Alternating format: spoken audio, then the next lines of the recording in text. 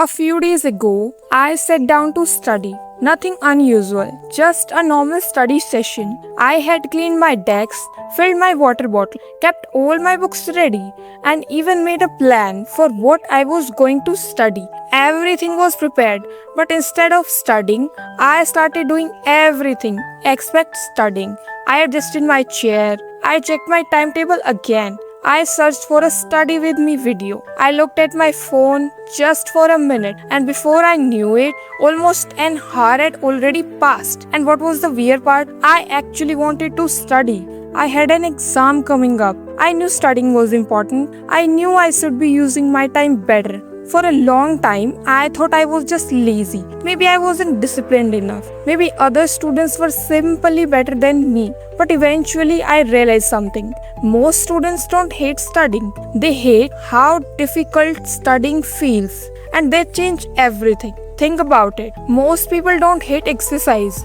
They hate starting a workout. Most people don't hate waking up early. They hate getting out of bed. In same way, students don't hate learning.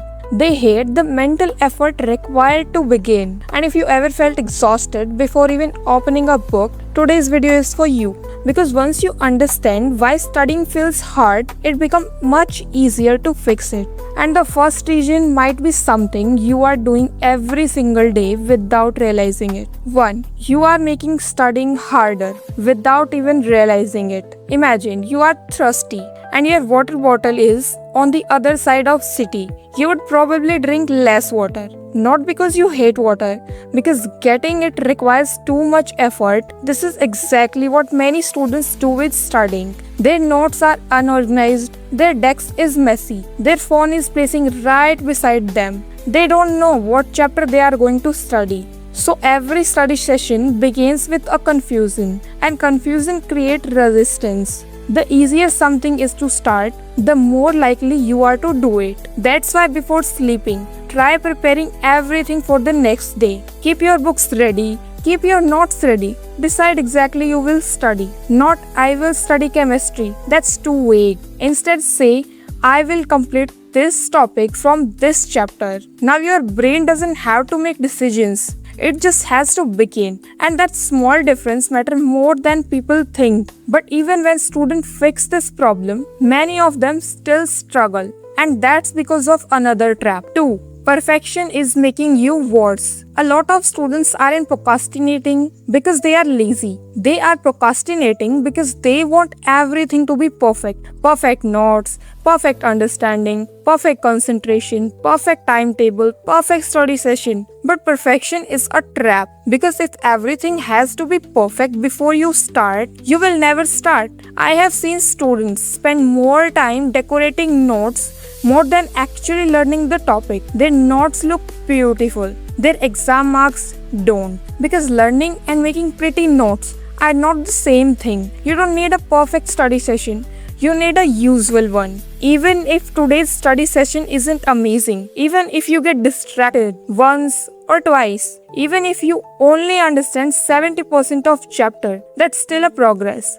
And progress beats perfection every single time, because small progress repeated daily becomes something powerful. But if that's true, then why do so many students still wait for perfect mood before studying? Number 3. Stop waiting for motivation. A lot of students think something like this: when I feel motivated, I will study. Sounds reasonable, right? But there is one problem. Motivation is unreliable. Some days you will have it, most of the days you won't. Imagine if you only brushed your teeth when you feel motivated. That would be a disaster. You brush your teeth because it's a habit, not because you are excited about it. Studying works the same way. One of the biggest lies social media has taught students is that successful people feel motivated all the time. They don't. They just start anyway. And here is something I have noticed. Whenever I tell myself I need to study for 3 hours, my brain immediately starts looking for an escape route. But when I tell myself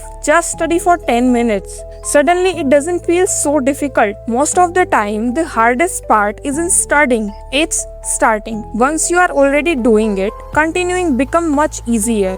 So stop asking, do I feel motivated? And start asking, can I begin? Because those two questions lead to very different results. And if there is one lesson that connects everything we have talked about today, is this: 4. Consistency is boring, and that's why it's work. Most students want a dramatic change. They want to suddenly become productive overnight. They want a new timetable, a new routine, a new version of themselves. But real improvement usually looks boring. It's studying when you don't feel like it. It's finishing one chapter, then another, and then another. Nothing exciting, nothing magical, just repetition. And honestly, that's good news because it means success isn't reserved for genius. It isn't reserved for naturally disciplined people. It's available to ordinary students who keep showing up even when they don't feel like it. The students who get good marks aren't always the smartest. Very often, they are simply the most consistent one.